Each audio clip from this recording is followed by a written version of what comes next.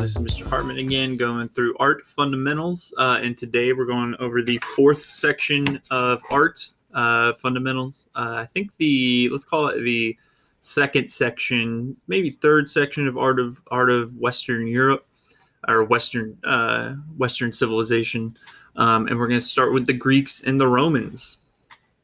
Okay. And so topic one of the Greek and Roman art is kind of the pre-Greek art, the Cycladic, Minoan, and Mycenaean art. Okay. So these are from the culture of the Aegean Islands, right? The Aegean Island cultures, especially in particular the Cycladic and Minoan. Okay. And they're very important in terms of, for the Greeks, in terms of art culture and art production, right? And mostly three areas, right? The Aegean Sea Islands, the island of Crete, which is where we're going to see the Minoans in particular, and then the Aegean coast as well, which is where we will see the Mycenaeans, right? It's kind of each one like the Cycladic, Minoans, Mycenaeans, right? And the earliest of these, of course, is the Cycladic culture, which is very early, from about 3200 to 2000 BCE. Okay, and so they talk about how the archaeologists still don't have a whole lot about Cycladic culture, but one of the key things is the simplified geometric nude female figures. Simplified geometric nude female figures.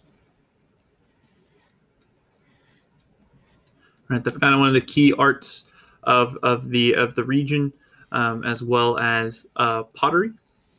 Right, simple decorated pieces of art. So we got pottery that's decorated, and then on top of that, we also have marble bowls and jars.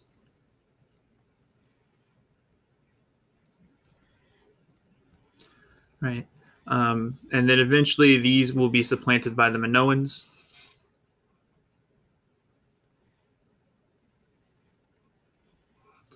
I guess I should have probably made. I should have made Cycladic blue. Right, and they will live. They will reach its pinnacle around the second millennium. Oops, sorry, that's supposed to be. Pressing wrong buttons everywhere. Second millennium BCE. Okay, I'll go ahead and underline Cycladic in blue, right, to give you that impression at least. Let's take a look at some Cycladic culture here, some Cycladic arts. So this is the geometric female figure. And this right here is an example of their pottery in jars and bowls. Okay. All right. So into the Minoan culture. It is mostly centered on the Crete city of Knossos or Knossos. Okay. And then the one of the key things about the city of Knossos is the legend of the Minotaur. Okay, so the Minotaur was a half man, half bull, who was supposed to live in the labyrinth below the temple there, right? The palace, right? And so we do have a royal palace there, right? That is what the labyrinth was. It has been excavated. We'll take a look at that here in a second. The key art here, other than the architecture of the Temple of Knossos, depicts sea life,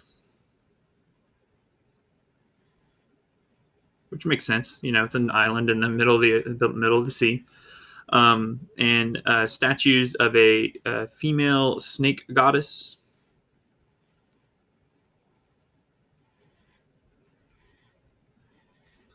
Okay. And then their artwork, they talk about a naturalized pictorial style, so kind of picturesque.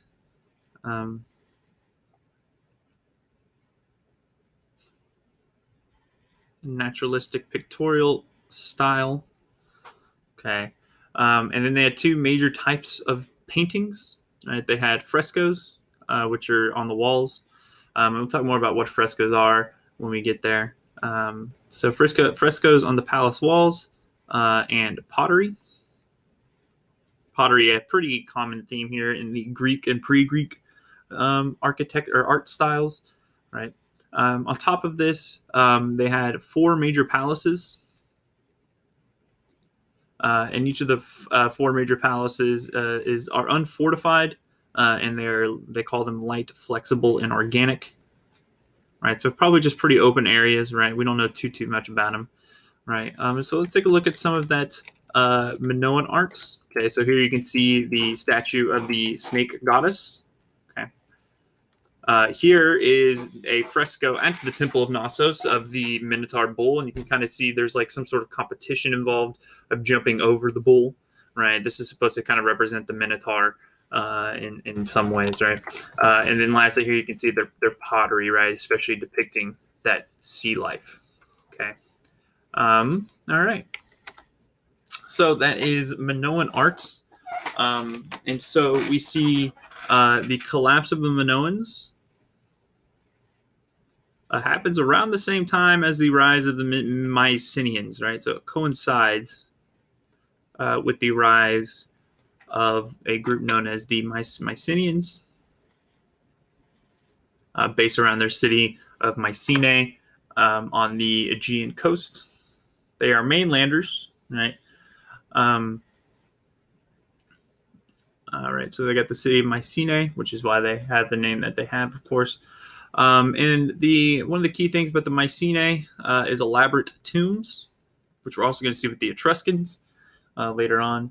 And then objects are preserved due to burial practices.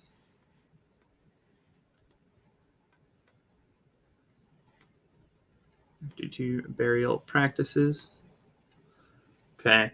And so the objects that are best known from them are gold, right?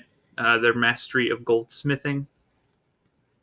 Pretty important there for them.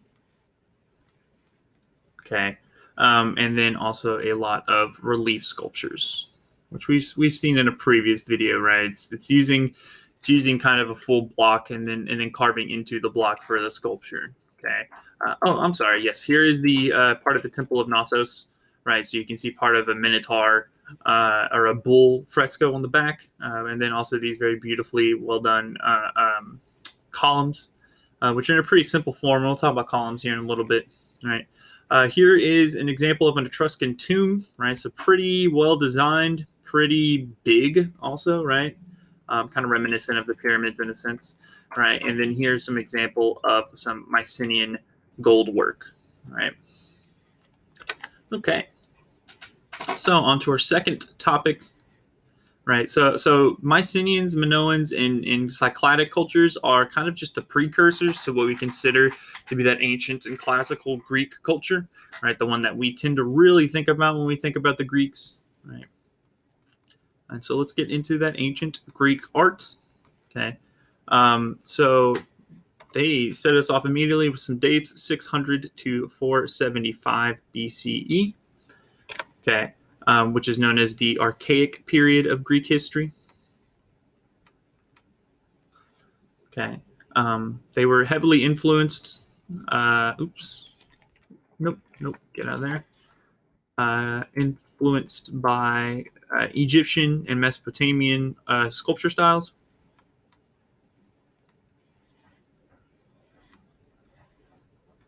Right. And so they would carve freestanding figures.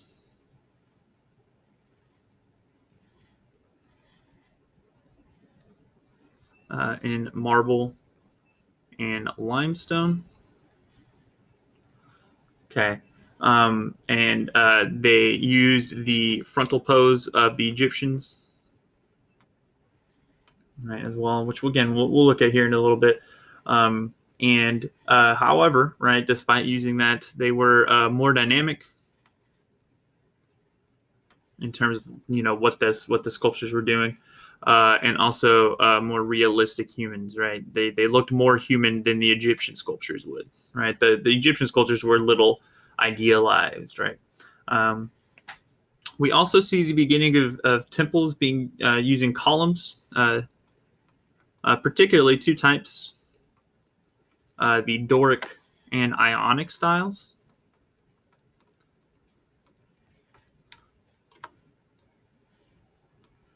Okay, and we'll take a look at those in a little bit. But I'm going to take this time at this point to kind of talk about the different parts of a column. Okay, so from the top to the bottom, right? And I'm not necessarily going to fully define these in a very academic way, but you have the entablature, which is kind of the top area, right, above the column. Right, and so usually on these entablatures, you're going to have some sort of artistic decoration, and as we'll see with the Romans, right, that's where they had their triumphs of that the emperors would have. Okay, and then in the column itself, we have the capital, right, which is usually the thing that's going to be more likely to be designed, right, very ornate. We have the shaft, which is obviously the middle of the column, and then the base, which is the bottom of the column. Okay. And they pointed out 6 different styles there. We will talk about those here in a bit. Okay, but they focus on Doric and Ionic, which we'll look again. We'll look at that in a little bit. Another key component of ancient, of archaic Greek art is vase painting. And we have 2 types, right? We have the Corinthian style,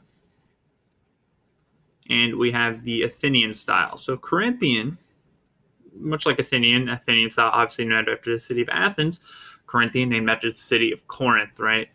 So right here, what we have is floral and ornamental. Let me clear all that off. Ornamental style, right? Floral and ornamental, whereas Athenian used black figures, right? That were linear and larger. And then on top of that, and then a third style that they brought up are the red figure vases, right? That don't necessarily have a name, with a black background. So there are 3 styles, but they identify 2 as Corinthian and Athenian, right? The best known ancient Greek art of this era is from Athens, which makes sense. I feel like a lot of the stuff we know from this era are going to be from the Athenians, right? We tend to have temples with the Doric style during this time period, which, as you're going to see, is pretty simple, right? None of that remains too much, but Roman copies have been able to give us a good idea of what those might look like. Right? Romans will eventually copy a large aspect of the Greek culture, architecture, and art as well, right? They talk about it being characterized by solemnity, right? Being very solemn, almost sad, very serious, right? Strength, right? Displaying strength in their sculptures, and then simplicity of form, and then also where'd I go? Focusing on a figure or scene either in the moment or the moment after the action. In the moment or after the moment, right after, right. And so we also see the move from kind of stiff figures that we saw in Egypt to what they call about more complex and lifelike. Especially in sculpture, right? What we're really talking about is in sculpture here, but also probably in the pottery as well, right? And that new type is called contrapposto.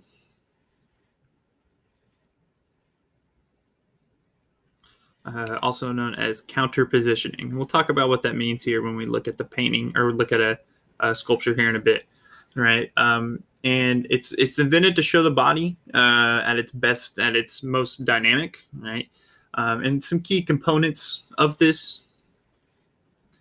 Right, we see the weight usually shifted onto one leg. Okay, we also see, and because of that, we see a more relaxed naturalistic approach, as opposed to kind of being, not necessarily as a human would look or would be walking, right? And of course, that will set the tone for art, for sculpture for thousands of years to come, especially when the return Renaissance era. Okay, let's go ahead and take a look at all these now. Since I've said, let's look at these. Right, so this is the very archaic, early period of Greek sculpture, right? A very stiff figure, full frontal facing, right? Again, not naturalistic in the sense that they're not doing something a human would be doing, right? A human is not going to be standing like this and looking like this, right? Here's our first type of column. This should be the Doric style, right? So the top right here, which of course, as we talked about, is the capital, right? The capital is very simple, right? The shaft, very simple. The shaft is usually going to be pretty simple for all of these. And then the base also quite simple, not very well, not super ornate. Okay. And then we move on here into the Ionic style, which does have a capital that is much more ornately designed, right? With the base and the shaft being fairly much the same, right? But a more ornate capital at the top. Okay. All right, next up is our Corinthian pottery. Right, as you can see here, we have these animal figures or what looks like a bird person, right? And then you have these kind of floral patterns in the background, as you can see, and compare this to the Athenian style, right, which is just mostly figures, right, in a very simplistic background, right? Not a whole lot going on in the background there. Okay.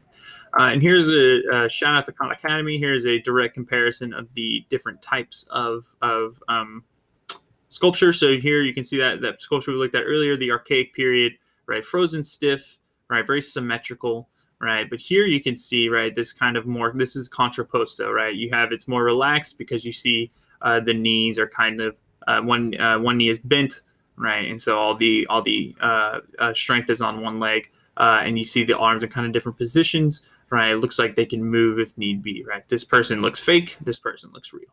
Okay. And I think that's it for this section. Yeah. All right.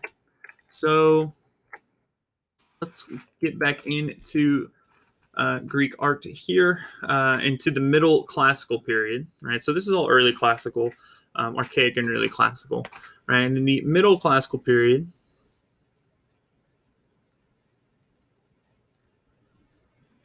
okay, so the Middle Classical period is especially important for advances in architecture, right? And nowhere is this more obvious than in the Parthenon.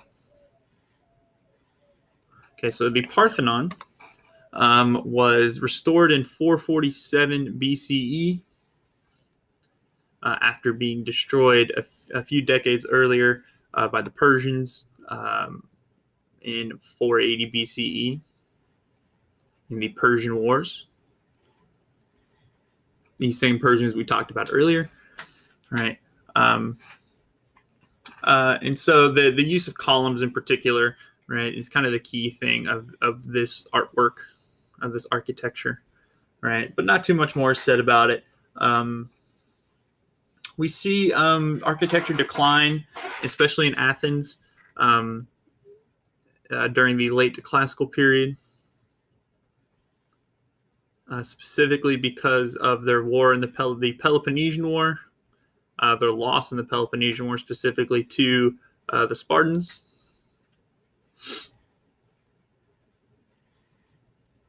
I need to make sure I spell Peloponnesian right. They were using, so they were still using the Doric style columns, but Corinthian columns were becoming much more popular. And we'll look at Corinthian here in a little bit. Okay. And then also we saw more influence from Asia Minor, a blend of that culture in the Hellenistic period, right? The Hellenistic period being the period of Alexander and the spreading of Greek culture throughout the period, or throughout the Mediterranean and beyond. And two key artworks that they bring up are the Venus de Milo and the Laocoon group, which is also, I think, known as Laocoon and his sons at the time, right? And let's take a look at those as we wrap up this Greek art. Okay, so here's the Parthenon. You've probably heard of it, seen it, right? Very, very famous piece of architecture. Very simple, very geometric, right? Here's a Corinthian style, which shows a massive capital. You can almost make the argument that this is part of the shaft, right?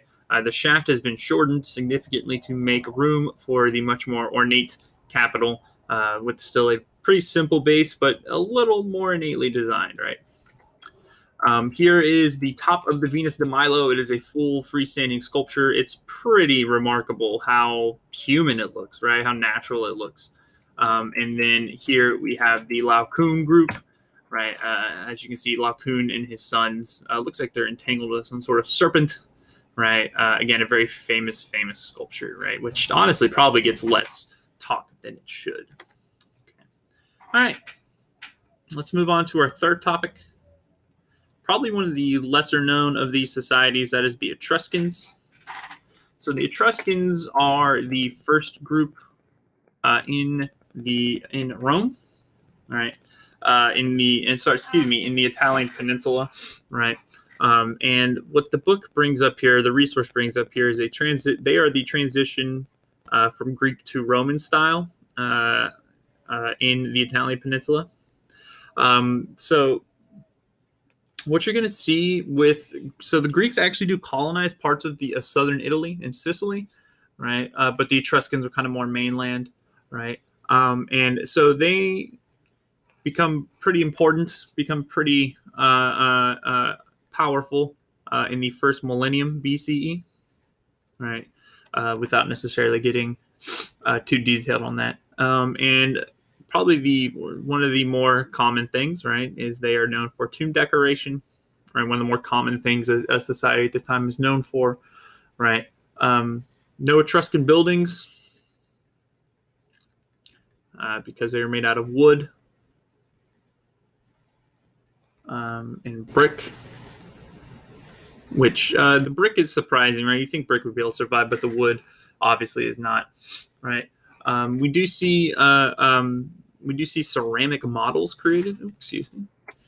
Ceramic models are created of the buildings that they had, which display tiled and gabled roofs. Actually, need to look up what gabled is exactly. Let's see here. A gabled roof. Oh yeah, okay, that's what I thought. Just making sure. It is It is just that kind of sloping, the typical one we see today, right, with the sloping roof. Okay, and of course it has columns. Again, just like we've seen with all the kind of Mediterranean cultures, right? We have the kind of remaining artifacts are sarcophagi, right? Excuse me. We also see baked clay art forms, and then bronze working. Okay. The only paintings remaining from Etruscan culture are those found on the ceilings of tombs.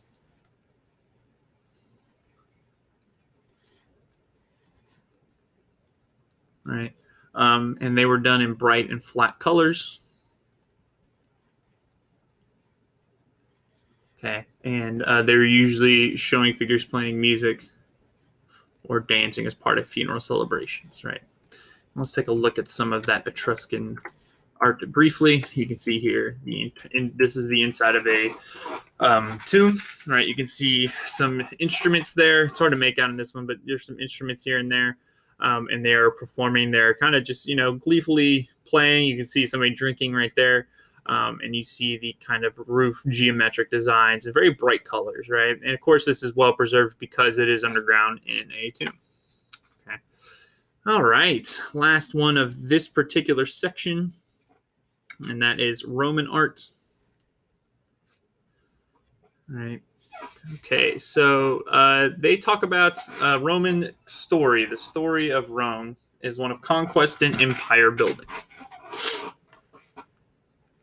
They are not nearly as artistic as the Greeks, and in fact, since they borrowed a lot of ideas from the Greeks, they're not necessarily as original either. They talk about the early Romans in having influence from the Etruscans. And again, Rome, started as the city of Rome, so they weren't nearly as powerful as they would become. By the 2nd century BCE, however, when they're still a republic, we see that they become variations of Greek works. And this is kind of at an inflection point between the power of the Greeks and the growing power of the Romans, right? It's almost like an inflection point where the Greeks are losing power, especially post-Alexander, and the Romans are gaining power, right? We do see some advancements here, especially in architecture and engineering, which makes sense for the Romans if they are concerned with, infrastructure in ruling a large empire, right? Things like architecture and engineering would be very important for them to develop innovations in. For example, concrete, right? Concrete is a huge thing. And so they would fill spaces between stone walls with rocks and rubble with concrete mixture, which allowed them to construct huge domed buildings. Okay. And so they also pioneered the use of the curved arch, which is going to be, the baseline object or centerpiece of European architecture going forward, right? They use it to build bridges and also aqueducts, which are essentially just water bridges from the mountainous areas into the urban areas. Okay. They also helped create a paved road system, right, throughout their entire empire, which was massive for them. And 2 major buildings, the Colosseum in Rome. It's not the only Colosseum, but it is for our purposes, right? And then the Pantheon. Okay, with the Colosseum being built from 72 to 80 CE, and the Pantheon being built 126 CE, right? Both in the city of Rome. Okay. They did participate in sculpture, right? They had what are called triumphal arches, very similar to the Arc de Triomphe in France, right? Although that's more of a kind of a replica, I believe, of the old Roman triumphs, right? Let me make sure. I could have sworn that was a Napoleon thing, but I could very well be wrong on that. Let's see here. 1836 is when it was inaugurated, which is a little bit after the time of Napoleon. It honors those who fought for France in those Napoleonic and Revolutionary Wars, and they got it from Rome, right? So the triumphal arches would often be topped with relief sculptures, right? Again, on that on the entablature we would look at, right? They would either portray emperors or military victories. Okay, and then also we would also see relief sculptures for funerary purposes.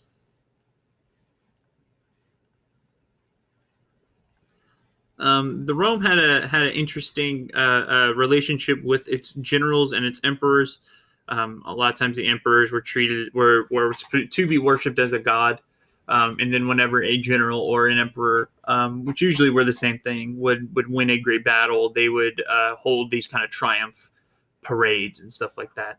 And so, where'd I go? Sorry. And so these relief sculptures were usually on the tombs and sarcophagi. And a lot of times they could be decorative, but a lot of times they did have a narrative subject, right? They were telling a story, right? They also had sculpted portraits. What that means is like full-on freestanding portrait heads, right? So it could be tiny busts to huge statues, and you would see people carry those during funeral processions, excuse me. And then, so yeah, we could see them in funeral processions being carried by the family members. and then later on, we would even see them for great statesmen,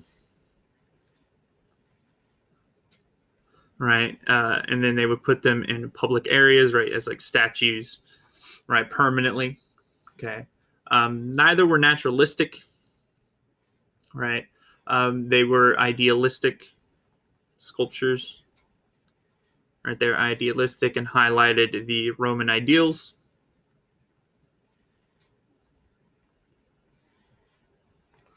Okay. And so, yeah, again, just like the Greeks, massive influence going forward, right, on European styles, right? And so here we have the Colosseum, quite obviously. You can see the arches there. Here we have the Pantheon, which is a kind of, it's a cylindrical building with a kind of square front. Okay. Here we have a triumph. I believe this triumph is in Rome. I could be wrong about that. But again, you can kind of see the arched doorways. You can see the columns and then the massive entablature. It's not necessarily an entablature; it's just an added part, right? I went one step too far. Okay, I did not do any sculptures or stuff, but I don't think we need those. And we're going to move into our next section, which is the Byzantine and medieval art. We're going to try to get this all here in one go. I did not want to do this on its own, nor did I want to do it in the Renaissance section. And since the Byzantines are just the Romans, just in the East, I figured it was appropriate to have this here, right? And so the Roman Empire, collapses. The Western Roman Empire collapses on 476. The Eastern becomes known as the Byzantine Empire. Okay. And so they kind of continue on that Roman culture, Roman art styles, but what they are most known for is the mosaic sculptures, or mosaic paintings, or mosaic artwork, right? Right, which was these ceramic pieces, or ceramic tiles, stones, and glasses would create large murals, right? And in particular, it is usually a Christian art style, or at least depicts Christian subjects, especially, of course, Jesus of Nazareth, right? And then especially they talked about the mosaic walls of the church in Ravenna, which is in Italy, but at the time was part of the Byzantine Empire. Okay. So we also have the most famous piece of architecture of the Byzantines, without a doubt, is going to be the Hagia Sophia, or Hagia Sophia, which was built between 532 to 537 CE. Okay. It's built in Constantinople, and today is actually a museum, but even in between the museum time and now was a mosque as well. Okay.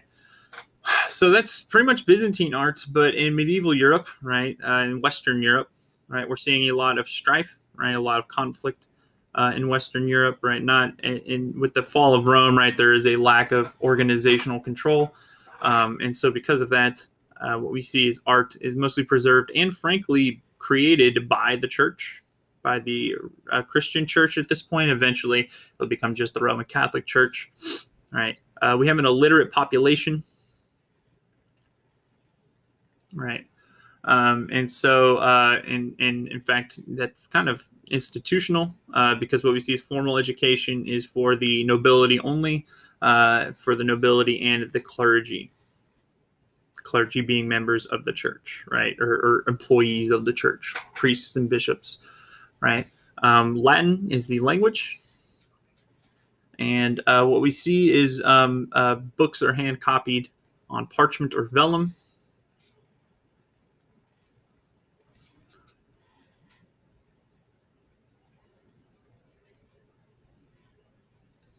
Okay. And so what we see here is that the preservation, so the saving and the construction, the writing of books is mostly confined to churches or to monasteries. right? Specifically monasteries where monks would spend time hand copying the Bible, right? But copying and illustrating the books in their collections, right? Which they would chain to the table, right? And these books were known as Illuminated Manuscripts.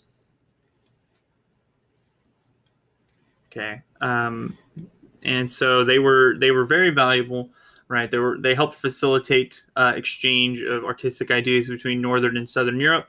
And then the two key ones that they brought up are the Book of Kells and the Coronation Gospels. The Coronation Gospels. Let me make sure on the date on these two. The Coronation Gospels are the coronation of Charlemagne as the Holy Roman Emperor. They kind of celebrate that. So this is late 8th, early 9th century, and this is around 800 to 810. Okay, so let's take a look at all this right now. Okay, so starting with the Byzantine Mosaic art, you can see here, right, it's a bunch of little tiles kind of placed together to create this magnificent piece of art. It's pretty incredible. That is obviously Jesus of Nazareth. Here is the Hagia Sophia with a little bit more of adornment that was there originally, especially these spires here, these minarets. That is more of a Muslim design. Here is an interior of an illuminated manuscript. So when you see things like Monty Python, or you see those old kind of ancient fairy tale looks in different movies or things like that, that is typically related to illuminated manuscripts. Okay, and then this is from the Book of Kells, right? Excuse me, sorry about that. Having some technical difficulties here. So this is from the Book of Kells, and then this is going to be from the Coronation Gospel, which again I am pretty sure is about Charlemagne. Okay. All right. Another notable artwork from what they call the early medieval period. Okay. Oops. Excuse me. Oh, shoot. Hang on. Sorry, my keyboard is acting up currently. As you can hear there. So from the early medieval period,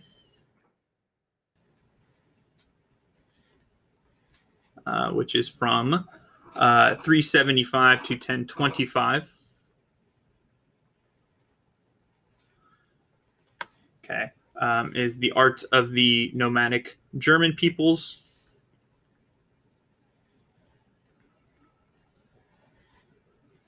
Okay, and in particular, the key thing that they developed was metalwork.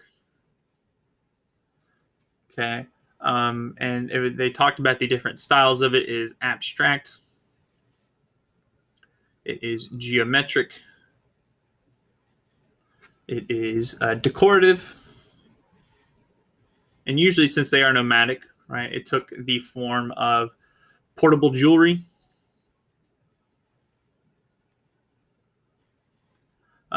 with ornaments made of bronze, silver, or gold.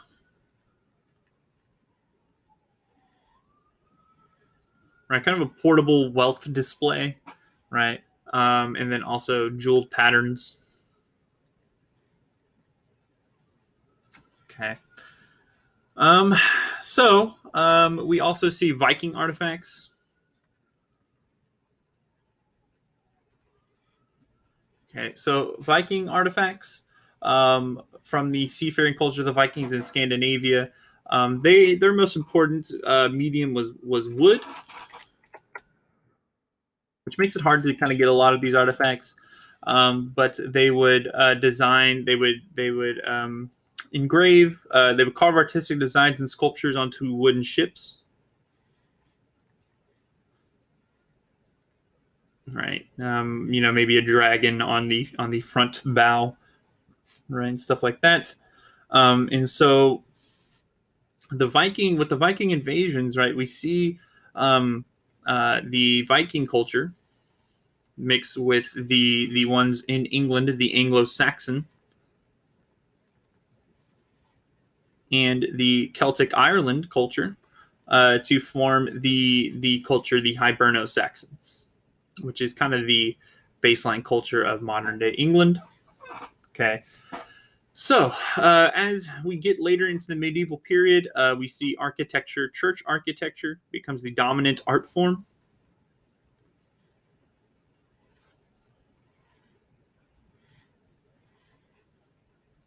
Okay.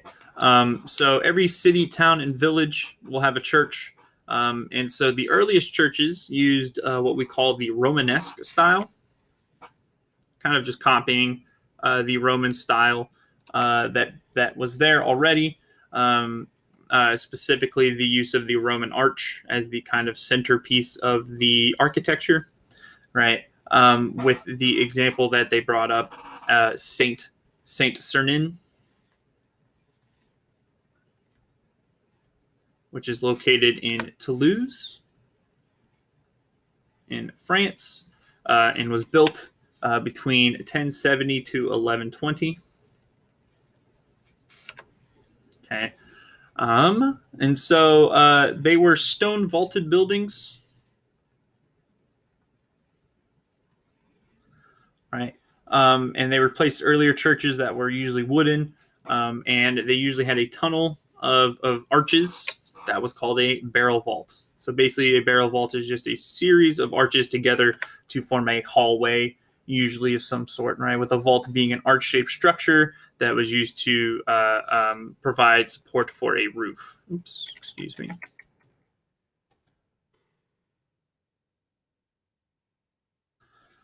Right. And so we had to have pretty large walls built to support these structures. Massive walls were built to support the heavy stone arches. Like very thick, very big walls. And so because of this, right, we see very small window and door openings in these Romanesque churches, right? It's pretty much just, all stone. Oops.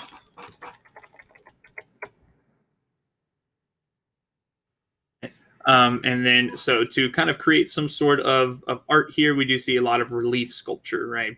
Carved into the stone of the walls, right? So that's the early style. But then eventually, later on, we get into the Gothic style, okay, which kind of predates our Renaissance discussion that's coming next. The Gothic style starts in the first half of the 12th century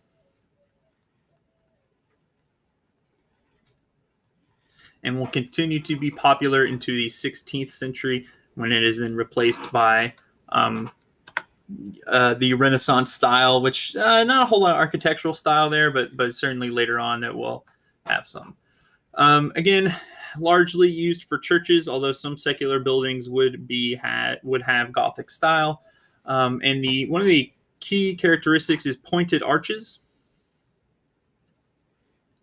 Okay, which gave an upward soaring sense, right? Especially to look towards God, right? It's kind of one of the ideas of that, right? And then another key component is taking the barrel vault and kind of expanding on it and creating the ribbed vault, basically creating less smooth surfaces on the interior, right? It's a stone ribs or arches under the intersections of the vaulted sections, right? So they would have let's call them arches that were built to support vaulted ceilings. Oops, vaulted ceilings. Okay. So another key innovation is the flying buttress. Okay, so the flying buttresses were basically exterior arches, right? They were exterior arches for support, right? To support the buildings. Okay, we'll look at those here in a second. That allowed for larger windows, right, which gives us kind of those stained glass windows that we see, right, that depict religious iconography, right, as well as higher ceilings, even higher, right? So they just keep pushing those ceilings upwards, right? And so an example of this is the Chartres, Cathedral, located in France in Chartres, which began in 1145 or around 1145, and then was rebuilt after 1194. Okay, and we can see all of this stuff kind of going on together. So let's take a look at all this briefly. Here is the Germanic jewelry, right? I believe these are earrings, right, or maybe a lapel pin. Here you can see a Romanesque style with very small windows, right? Very, very, very small windows. Lots of concrete, stone going on here, right? Here you see a barrel vault, right? Just a series of arches to create a vaulted hallway. Okay. Here you have a Gothic cathedral, much more ornate, much bigger windows. You can see the kind of vaulted arches here. Okay. Right. That actually should be no, that's not necessarily that should be the Chartres Cathedral, and this is Saint Sernin, right? Okay.